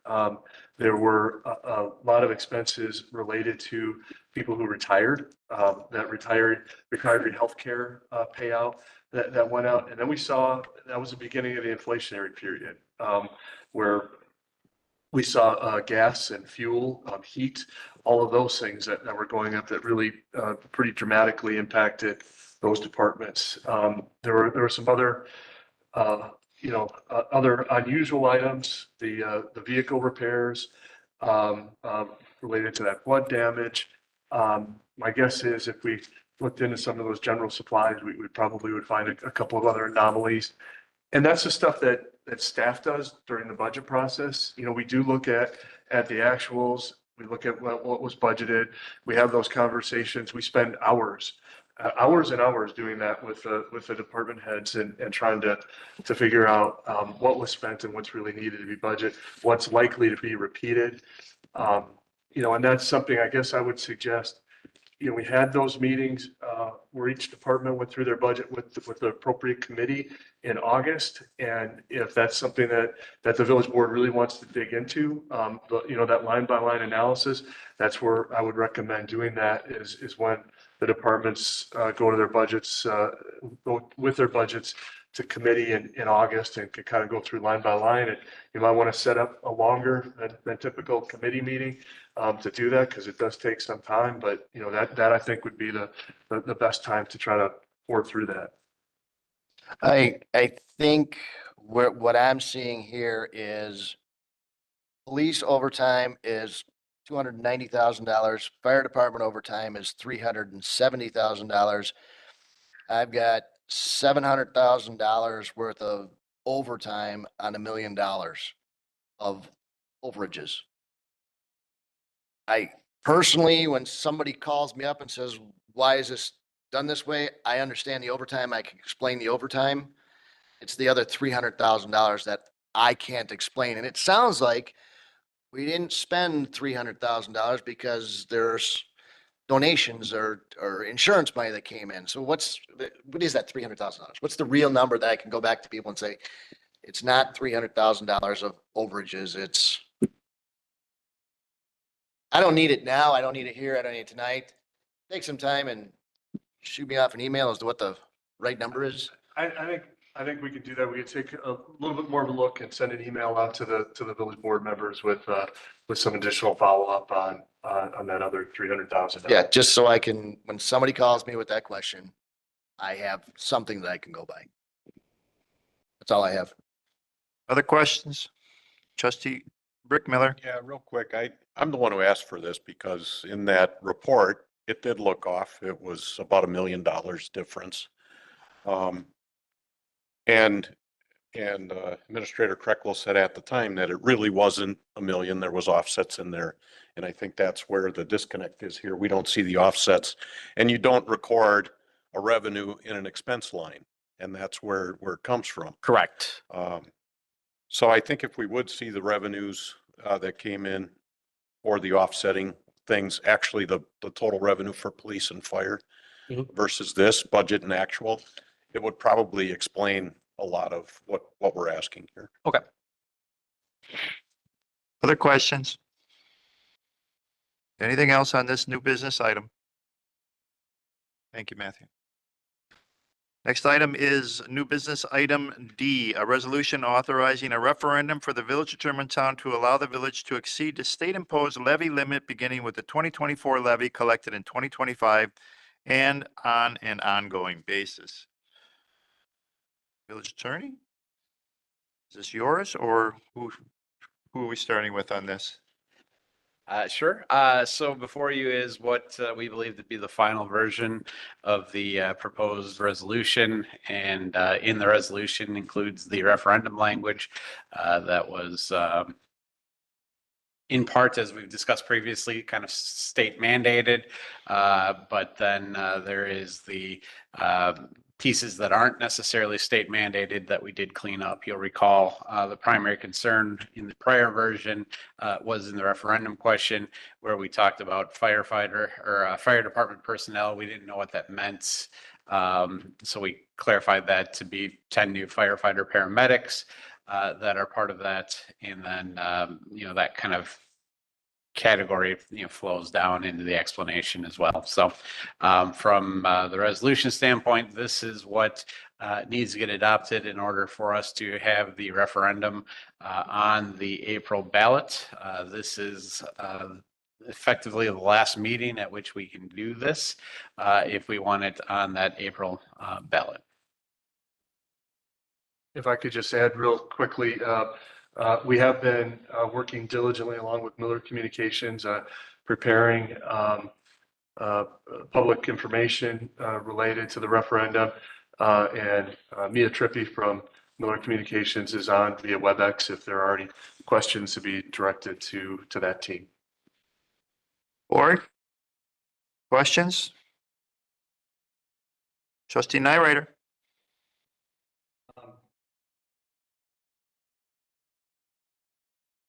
Some fell asleep. Of the question, Steve, the referendum question, what is really mandated that we can't make any change at all? I know you went through that one other time, or Brian, whoever. Sure. Effectively, the only thing that we can change in that is if you look at the question, starting on the third line from the bottom. So it's the line that starts in ongoing basis. You'll see there that there's the language that says for the purpose of hiring 4 new police officers and 10 new firefighter paramedics. That language, the for the purpose of, is the piece that we can change. The rest of that is the form that the state statute mandates us to use. And in fact, if we do anything different, we run the risk of DOR not certifying the resolution when we go to adopt that as an increase in our levy, even if it's successful. The department sometimes balks at that and says, nope, it wasn't legitimate, and so we're not going to approve it. All right, well, not to rip at the state, I would never do that, but the word in the second line, and I know we can't change it, it reads weird to me, the Village of Germantown for the tax to be imposed. I think there should be another word after tax. And the only other thing that bothers me in the question is, and hopefully the people will do the homework, is the cost per thousand that this is going to run everybody. And I know you don't put on a $200,000 home or a 300 or whatever, but in the bottom there, is there any way where we could put what that cost per thousand would be? Because we're going to get asked that.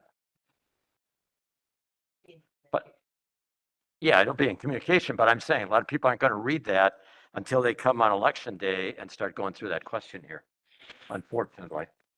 Yeah, certainly from a legal perspective, there wouldn't be anything that would prohibit you from putting that type of information in that explanatory statement and effect of the vote section. That you could certainly do. As others have noted, I do believe that that's part of the kind of public outreach and discussion that's going to take place as well. So I don't know. It might be a little bit redundant, but certainly could be something that could be added. Trustee Nyrider? But the only thing I'd like to see is, personally, I'd like, to see if it's possible to get that in there. I'm done, Okay. Mr. President. Trustee Jan Miller?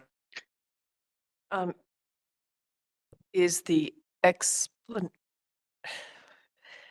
statement an effective vote where they explain it? Can you put it in there, and then is that explanation statement? I don't think that appears on the ballot, right? Correct. It does not appear in the ballot. It is posted at the polling locations, though, as part of what is required to be posted. Just like the sample ballot is, that explanation is also posted. Will be posted there. So, yeah, I would like the explanation, because as it reads, So in 2025, it's limited to the tax. Are we talking the tax at the 2.97%? Right, the 2.97% was the net new construction number that we had for this year.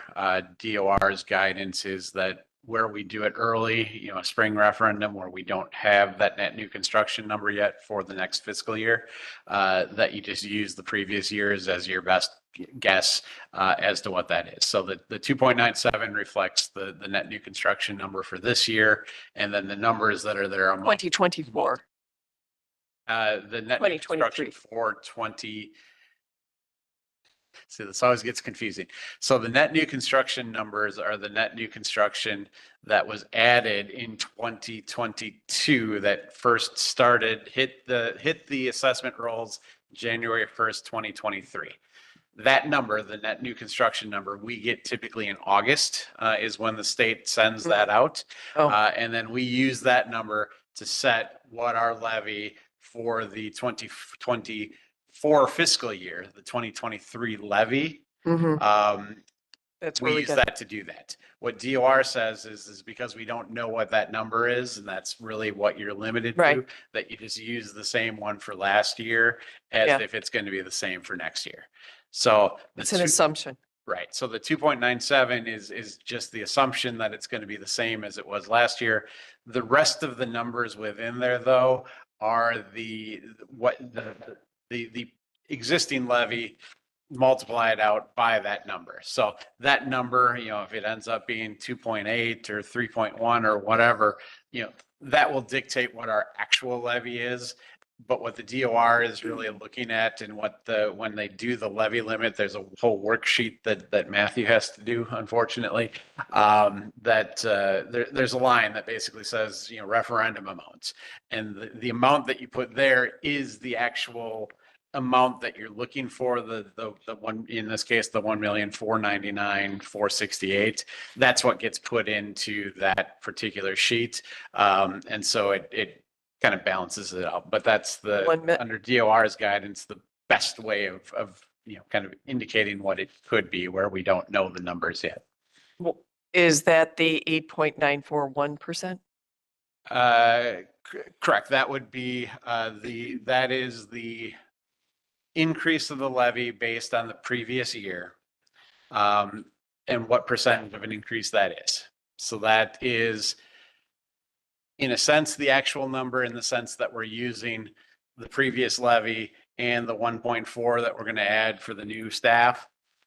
But there is a little bit of that fudge factor because it includes that 2.97%, which we don't actually know at this point. So it's the best guess we have, but that's how that number's arrived at. So the formula stays the same, but the percentage would change? Correct. That's confusing. And I guess I'm just going to ask the village attorney a question as we're having this discussion. Is the explanatory section part of what the village board needs to adopt tonight to send to the county for the ballot production? I mean, certainly the only thing that we absolutely have to get to the county in order to get it on the ballot is the question itself. I think we might have an extra meeting or maybe even two to kind of futz with that statement if we needed to. But I really wouldn't recommend that because people are going to start relying on that statement to formulate opinions and that kind of stuff. So you don't want to wait too long to do that for that reason. Trustee Baum. So would it be appropriate to add in under paragraph 2 of the explanatory statement, the yes vote would raise taxes on a $200,000 house by so much? Is that an appropriate motion to make? Do we even have a motion to approve the resolution? No. Well, I may get there after I get the answer to this. I could say there are a couple of different ways that if the board wanted to put something in there, they could word it. One is if you want to use roughly an average home in Germantown is $350,000. Yep, whatever the number. And that would be $178 annually on the property tax bill. Another way to state it is that it is about $51 annually per $100,000 in assessed value, if so people could calculate it that way. Okay, I will start with making a motion to approve the resolution as presented. I'll second. Motion made by trustee Baum, seconded by trustee Jan Miller. And I would like to make a amendment to my motion that paragraph 2 of the explanatory statement and effect of vote, under that paragraph, we add in the $51 per $100,000 of assessed value, a statement about that into that paragraph. Is your motion to amend? Yes. I'll agree to that.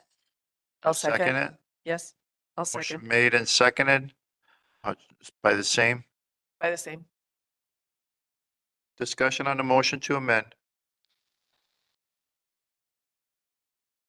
No discussion? All those in favor, please say aye. Aye. Trustee Pieper? Trustee Pieper?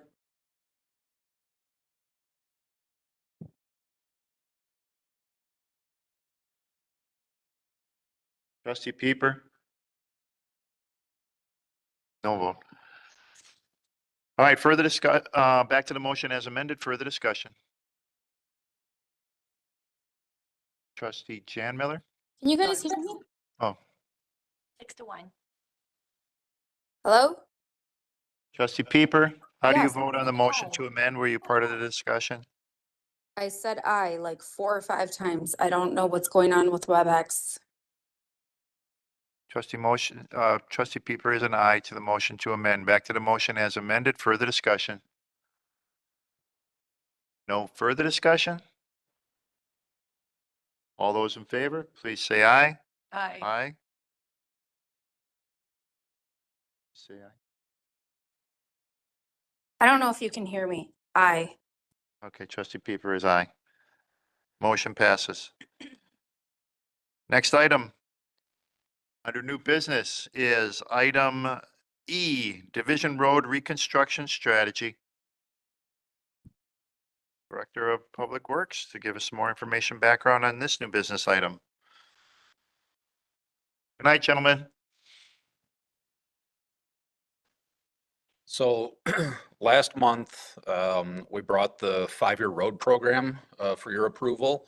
And out of that, there was some conversation about how Division Road sat in that plan. And I think it was tentatively placed in 2025, but there were some caveats to that.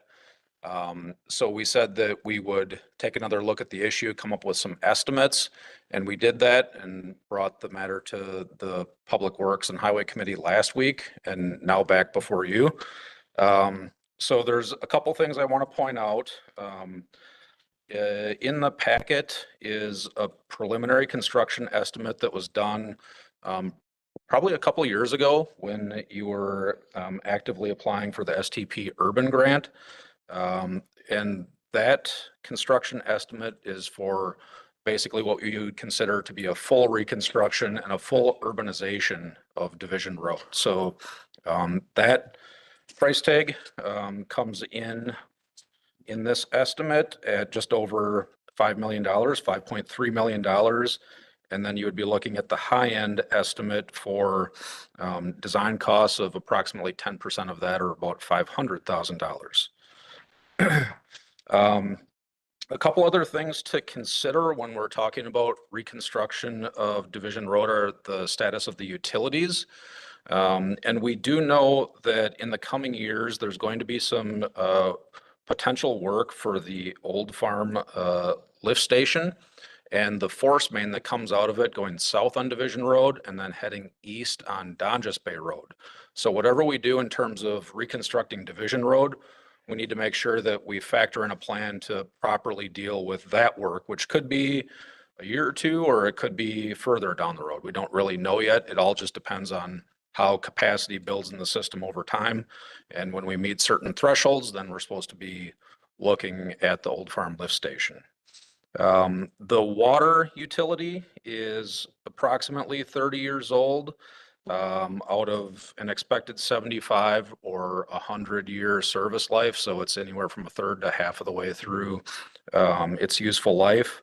And there's no documented repair history. So this main is in pretty good condition and probably would not be an ideal candidate for replacement as part of this project. We talked about different funding opportunities at the Public Works Committee. There was the possibility of submitting for LRIP, a local road improvement program. That opportunity has now passed and we'd have to wait till next year. But that probably wasn't an ideal program anyway. There is going back to the STP Urban grant, which is the grant that you'd unsuccessfully applied for a couple of times in previous years. Some insight into that is that persistence is kind of the key for that program, and perhaps the village, submitted a year or 2 years in a row, but sometimes it's that third and fourth year where you get the funding. The other thing to note is that we could never get that funding.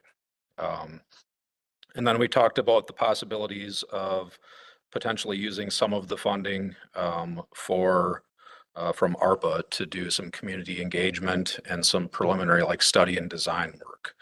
I think it's fair to say the consensus of the Public Works Committee, and those that are here can correct me if they feel differently, was that we would look towards more of continuing the rural cross sections and potentially use some of the funding in ARPA or other sources that would have to be identified still to do some community engagement and outreach to citizens in the area, also potentially businesses, and then kind of come up with a better understanding of what folks in the area, businesses in the area, and the opinion of the engineers that would look at the project had, and then have a better idea of what we would want to do with design in future years.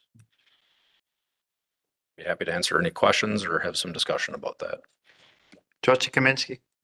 Just to follow up on what our Public Works Director commented on, at our committee level, we did kind of generally agree that we probably don't want to go the urban route like we attempted to do with Dounges Bay, and that got shot down quite soundly with the hundreds of people that showed up to say they don't want that in Germantown. At the same time, it's probably very good, we thought, to start having some people in that area have a couple of these information meetings where they can come and share their thoughts and what they would expect in their neighborhood. And that's the money we wanted to use, some money. We don't know how much from the ARPA, what's remaining of it. And I guess that would happen before any design process, correct? All you could do is sketch out and explain what urban is versus the rural. Yeah, we would probably have a very limited contract just to look at the issue and present the appropriate exhibits to anybody that would attend those meetings, have a better understanding coming out of that of what the scope of the reconstruction would be, and then go look for a contract for design.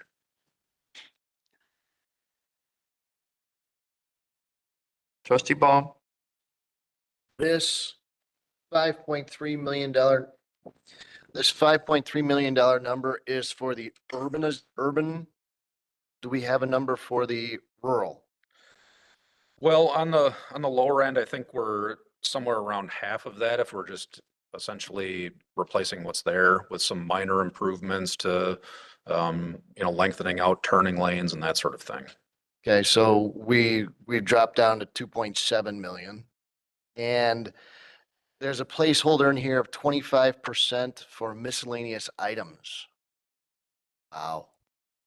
One quarter of this number is unknown. This number, I think, was inflated for the purposes of applying for the grant, just to make sure that we were covering all of our bases at that time. And, you know, it's something that if you decided to go, you know, the full urban route, that we'd want to take another look at, but this is a good starting point, I guess, for your consideration. Okay, yeah, I don't think we want to go the full urban route. I agree with trustee Kaminsky. The last time we tried to do that on Donjas Bay, is that the road, Terry? It was, nobody wanted it. So I would recommend that we find the number for rural. Trustee Jan Miller. I agree with, the trustees Kaminsky and Baum. We really need the input from the community. I think we'll hear about the same thing that we heard from Donjas Bay. Now they're connected and it's more of a neighborhood. Yeah, I think that's a nice way to get things started and the ball rolling. And it gives us time to figure out, you know, funding mechanisms that will be used and grant opportunities that may or may not exist.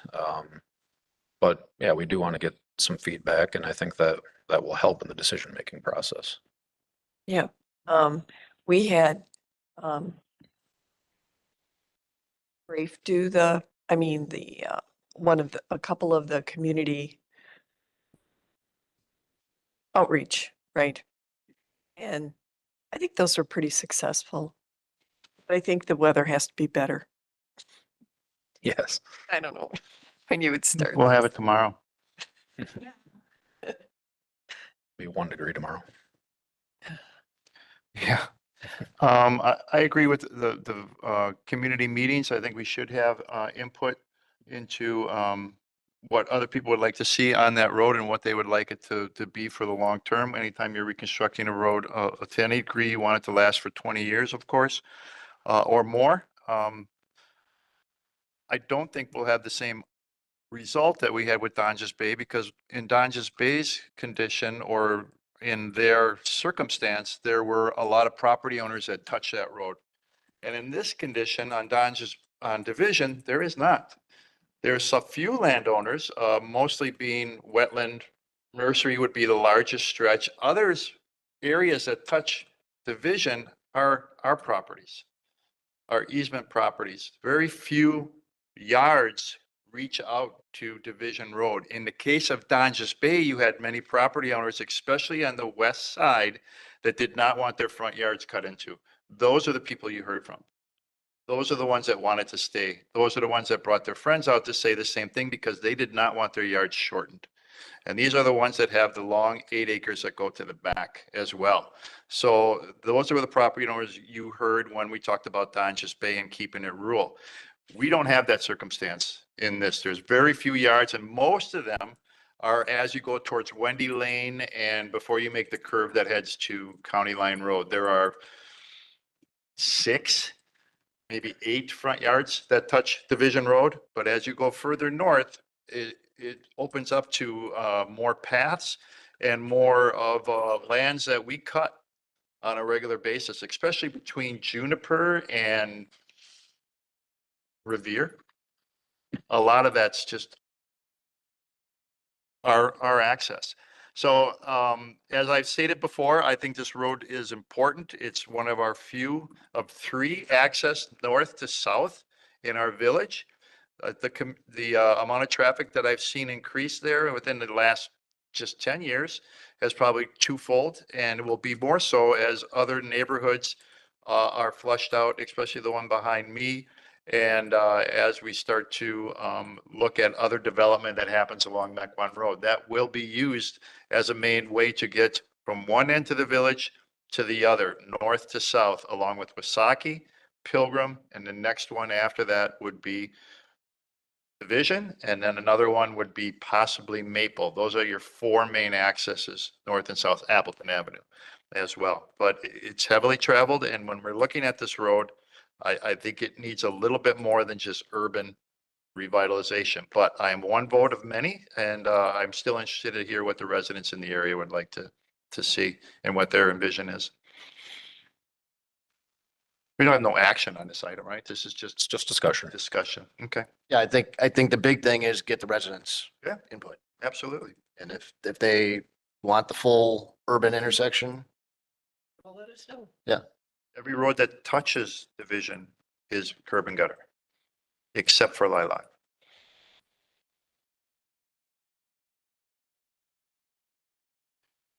And Virginia Highlands Road, what is that one? All right, are there other questions, discussion, points, comments? Trustee Jan Miller?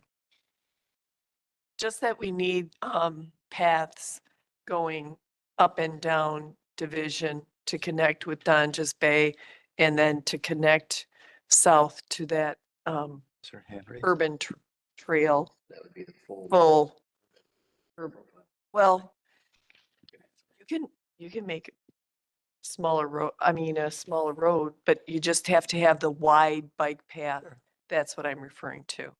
That's Yeah, like they were discussing earlier. correct. Yeah, we can look at that plan, and if the plan is to bring the path that way, we can certainly incorporate that into what we Yeah. do. Bike path trail. Yes. Thank you. Okay. Anything else? Trustee Peeper, do you have anything to add in regards to this new business item? Take that as a no. No, no, I do not. All right, thank you.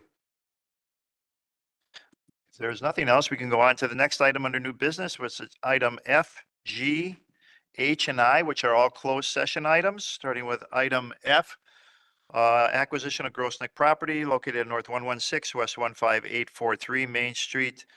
And before we get there, question for the board. The village clerk is questioning if we pass consent agenda minus items A, E, G, I, J, and N. Do you remember doing that? Okay. Was roll call vote? Do you remember who made the motion?